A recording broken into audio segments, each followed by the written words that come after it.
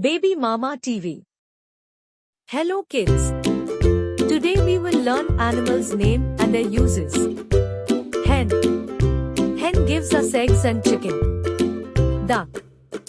Duck gives us eggs and meat. Sheep. Sheep gives us wool. Honeybee. Honeybee gives us honey. Goat. Goat gives us milk, mutton and leather. Cow. Cow gives us milk. Buffalo. Buffalo gives us milk and beef. Fish. Fish gives us meat. Dog. Dog uses for a security. Horse. Horse uses for transportation. Bull.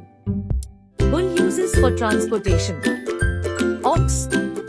Ox uses for plowing fields. Donkey.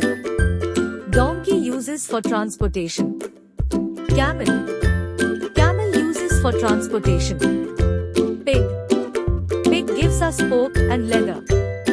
If you like our video, please like, share and subscribe our YouTube channel Baby Mama TV.